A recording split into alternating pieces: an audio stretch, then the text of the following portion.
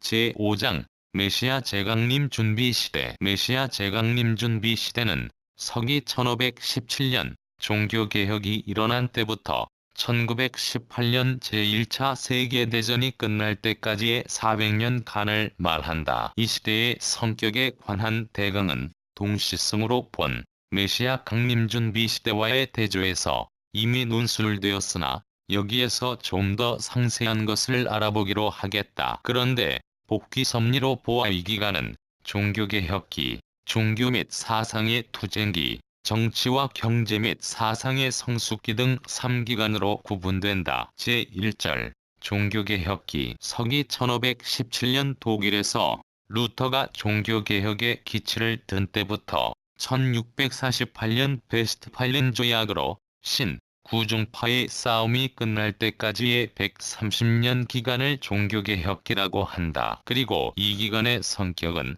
중세 봉건사회의 소산인 문예부흥과 종교개혁으로서 형성된다. 하나님이 중세 사회를 통하여 이루려 하셨던 섭리의 목적을 이룰 수 없게 되었을 때 이것을 새로운 섭리 역사의 방향으로 전환시켜서 재림하시는 메시아를 위한 기대를 조성하여 나가는 중추적인 사명을 한 것이 바로 문예부흥과 종교개혁이었다. 따라서 이에 관한 것을 알지 못하고는 이 시대에 대한 성격을 알 수 없는 것이다. 문예부흥과 종교개혁이 중세 봉건사회의 소산이라면 이 사회가 중세 인간들의 본성에 어떠한 영향을 주어서 그것들을 해산하게 하였는가. 중세는 봉건제도와 로만 가톨릭의 세속적인 타락으로부터 오는 사회 환경으로 말미암아 인간의 본성이 억압되어 그 자유로운 발전을 기할 수 없게 된 때였다. 원래 신앙은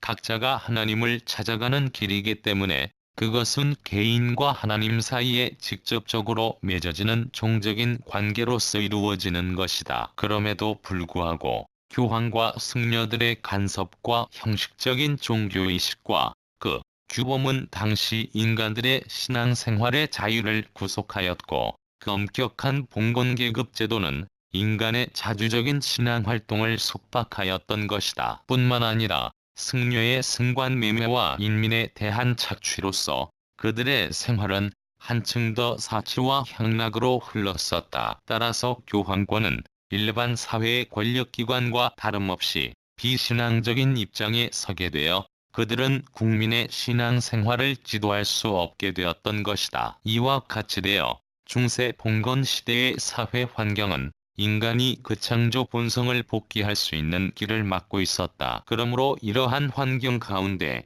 구속되어 있었던 중세인들은 본성적으로 그 환경을 타파하고 창조 본성을 복귀하려는 방향으로 움직이게 되었다. 그리하여 인간의 그 본성은 뚜렷이 내외 양면의 성향을 가지고 나타났던 것이니 그의 창조 원리적 근거는 어디에 있는가 하는 것을 알아보기로 하자. 창조 원리에 의하면 인간은 하나님의 이성성상에 대한 형상적인 실체 대상이므로 하나님의 본성상과 본형상을 닮았다. 그리고 그 성상과 형상은 내적인 것과 외적인 것의 관계를 가지고 있다. 인간은 이러한 내적인 성상과 외적인 형상의 수술작용에 의하여 생존하도록 창조되었기 때문에 이와 같이 창조된 인간의 본성도 내외 양면의 욕망을 추구하게 된다. 그리하여 하나님이 이러한 인간에 대한 복귀 섭리를 하심에 있어서도 인간 본성의 양면의 추구에 대응하는 섭리를 하시지 않을 수 없는 것이다. 그런데 하나님은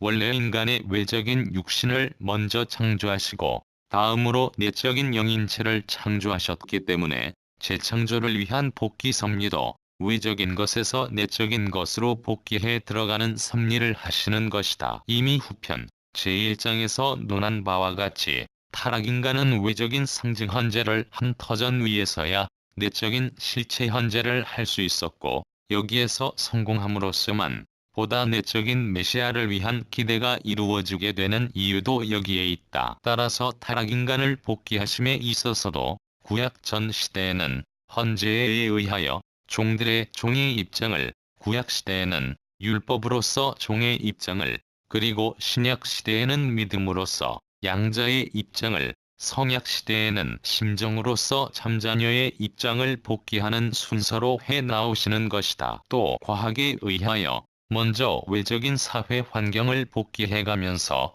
종교를 세워서 내적인 인간의 심령을 복귀하는 섭리를 해오신 이유도 여기에 있는 것이다. 천사와 인간이 창조된 순서를 보더라도 외적인 천사장이 먼저였고 내적인 인간이 나중이었다. 따라서 천사와 타락인간을 복귀함에 있어서도 먼저 외적인 천사 세계를 세우시어 역사케 하심으로써 인간의 육신을 중심한 외적인 실체 세계를 복귀하신 다음 이어서 영인체를 중심한 내적인 무형 세계를 복귀하시는 순서로 섭리해 나오시는 것이다. 믿음의 기대를 복귀하는 내적인 사명을 다해야 했던 교황들의 율락으로 말미암아 침범한 사탄을 분립하고 창조 본성을 복귀하려는 중세 인간들은 그 본성의 내외 양면의 추구에 의하여 중세적 지도 정신을 가인 아벨 두 형의 사상에 대한 복구운동으로 분립하였던 것이니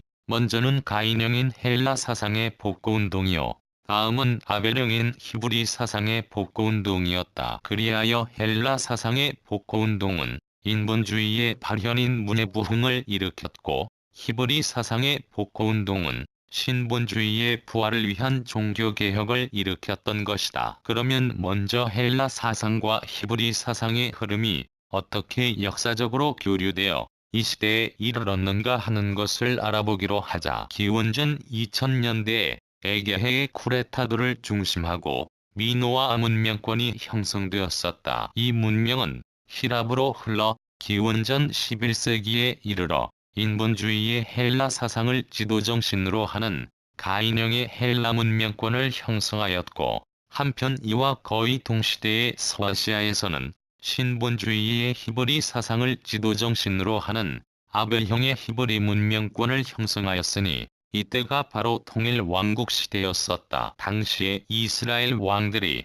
믿음의 기대를 세워가지고 인민들과 함께 성전을 받들므로써 이루어지는 실체 기대 위에서 메시아를 위한 기대를 조성하여 메시아를 맞았더라면 그때의 히브리 문명권은 헬라 문명권을 흡수하여 하나의 세계적인 문명권을 형성하였을 것이었다. 그러나 그들이 하나님의 뜻 가운데 서지 못하게 됨으로 말미암아 이 뜻은 이루어지지 않았다. 그리하여 그들이 바빌론으로 포로되어 갔다가 귀환한 후 기원전 333년 히랍에 속방된 때로부터 기원전 63년 헬라 문명권 내에 있었던 로마에 속방되어 예수님이 오실 때까지의 기간은 히브리 사상이 헬라 사상의 지배를 당하는 입장에 처하였던 시대이다. 전장에서 이미 논술한 바 있거니와 유대인들이 예수님을 신봉하여 그를 중심하고 하나가 되었더라면 당시의 로마 제국은 예수님을 중심한 메시아 왕국을 이루었을 것이다. 만일 그렇게 되었더라면 그때의 히브리 사상은 헬라 사상을 흡수하여 하나의 세계적인 히브리 문명권을 형성하였을 것이다. 그러나 유대인들이 예수님을 배반함으로써 이 뜻이 이루어지지 않았기 때문에 히브리 사상은 그대로 헬라 사상의 지배하에 머물러 있게 되었었다. 서기 313년에 이르러 콘스탄티누스 대제가 밀라노 칙령으로 기독교를 공인한 후부터는 점차 히브리 사상이 헬라 사상을 극복하기 시작하여 서기 700년대에 이르러서는 히랍 정교 문명권과 서구 문명권을 형성하게 되었었다. 중세 사회에 있어서 믿음의 기대를 복귀해야 할 중심 인물이었던 교황과 국왕들이 타락되지 않았더라면 그때에 재림하시는 메시아를 위한 기대가 이루어짐으로써 히브리 사상은 헬라 사상을 완전히 흡수 융합하여 세계는 하나의 문명권을 형성하였을 것이었다. 그러나 위에서 논한 바와 같이 그들의 율락으로 인하여 히브리 사상을 중심한 중세적 지도정신이 사탄의 침범을 당하게 되었으므로 이에서 하나님은 사탄 분립의 섭리를 하시지 않을 수 없게 되었었다. 그러므로 하나님은 마치 아담에게 침범한 사탄을 분립하시기 위하여 그를 가인과 아벨로 분립하셨던 것과 같이 이때에도 그 지도정신을 두 사상으로 재분립하는 섭리를 하셨던 것이니 그것이 바로 가인형의 헬라 사상 복구운동과 아벨형의 히브리 사상 복구운동이었다. 그리하여 그것들은 마침내 각각 문예부흥과 종교개혁으로 나타났던 것이다. 그런데 이 시대에는 인본주의를 주도 이념으로 하여 문예부흥이 일어남에 따라서 헬라 사상이 히브리 사상을 지배하는 입장에 서게 되었던 것이다. 그리하여 이 시대는 메시아 강림 준비 시대에 있어서 유대민족이 히랍에 속방됨으로써 헬라 사상이 히브리 사상을 지배하던 시대를 실체적인 동시성으로 한감복귀하는 시대가 되는 것이다. 마치 가인이 아벨에게 굴복함으로써만 아담에게 침범하였던 사탄을 분립하여 메시아를 맞기 위한 실체기대를 이룰 수 있었던 것처럼 가인형인 헬라 사상이 아벨형인 히브리 사상에 완전히 굴복함으로써 비로소 중세적 지도정신에 침범하였던 사탄을 분립하여 재림주님을 맞기 위한 실체기대가 세계적으로 조성될 수 있었던 것이다. 1. 문예부흥. 중세 사회인들의 본성의 외적인 추구에 의하여 헬라 사상의 복고운동이 제기되었고 이 운동으로 말미암아 문예부흥이 일어났다는 것은 이미 위에서 논술한 바이다. 그러면 그 본성의 외적인 추구는 무엇이었으며 또 어떻게 되어 인간이 그것을 추구하게 되었는가를 알아보기로 하자. 창조원리에 의하면 인간은 하나님도 간섭할 수 없는 인간 자신의 책임 분담을 그의 자유의지에 의하여 완수함으로써만 완성되도록 지어졌기 때문에 인간은 본성적으로 자유를 추구하게 된다. 또 인간은 자유의지로서 자기의 책임 분담을 완수하여 하나님과 일체를 이루어 개성을 완성함으로써 인격의 절대적인 자주성을 갖도록 창조되었기 때문에 인간은 본성적으로 그 인격의 자주성을 추구하게 되어 있다. 그리고 개성을 완성한 인간은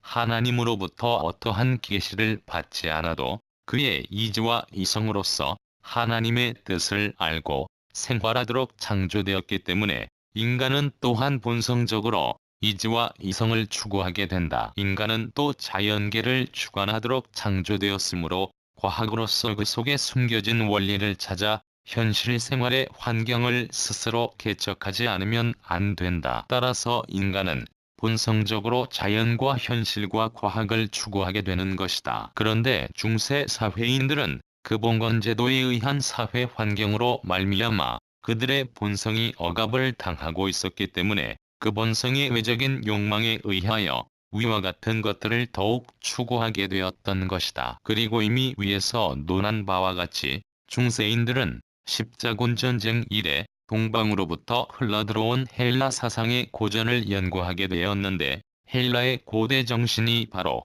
인간의 자유와 인격의 자주성과 이지와 이성의 존엄성과 자연을 숭상하고 현실에 치중하며 과학을 세우는 것 등 인간 본성의 외적인 추구에 의한 것이어서 이것들이 그대로 중세인의 본성적인 욕망에 부합되었으므로 헬라 사상의 복고운동은 불길같이 일어나 드디어 인본주의가 대두하게 되었던 것이다. 르네상스는 불란서어로서 재생 또는 부흥이라는 뜻이다. 이 르네상스는 14세기 경부터 헬라 사상에 관한 고전 연구의 본산인 이태리에서 태동되었었다. 이 인본주의 운동은 처음에는 중세인으로 하여금 그리스의 고대로 돌아가 그 정신을 모방케 하려는 운동으로 시작되었었으나 더 나아가 이 운동은 그 고전 문화를 재생하여 중세적인 사회생활에 대한 개혁운동으로 옮겨지게 되었고 또 이것은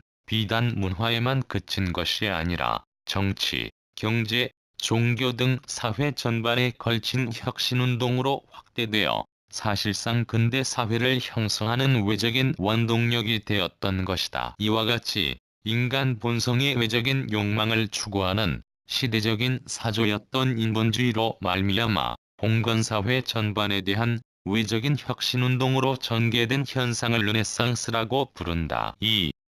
종교개혁. 중세 사회에 있어서의 교황을 중심한 복귀 섭리는 교황과 승려의 세속적인 타락으로 말미암아 이룰 수 없게 되었었다. 그리하여 위에서 논한 바와 같이 중세인들이 인본주의를 부르짖게 됨에 따라 인간의 자유를 구속하는 형식적인 종교의식과 규범에 반항하게 되었고, 인간의 자주성을 유린하는 봉건계급 제도와 교황권에 대항하게 되었던 것이다. 나아가 그들은 또 인간의 이성과 이지를 무시하고 무엇이든지 교황에 예속시키는 데서만 해결된다고 생각하는 고루한 신앙생활에 반발하게 되었으며, 자연과 현실과 과학을 무시하는 둔세적, 파괴적, 금욕적인 신앙 태도를 배격하게 된 것이다. 이와 같이 되어 마침내 중세 기독교인들은 교황 정치에 반항하게 되었다. 이와 같이 중세 사회인들이 그 본성의 외적인 욕망을 추구함에 따라서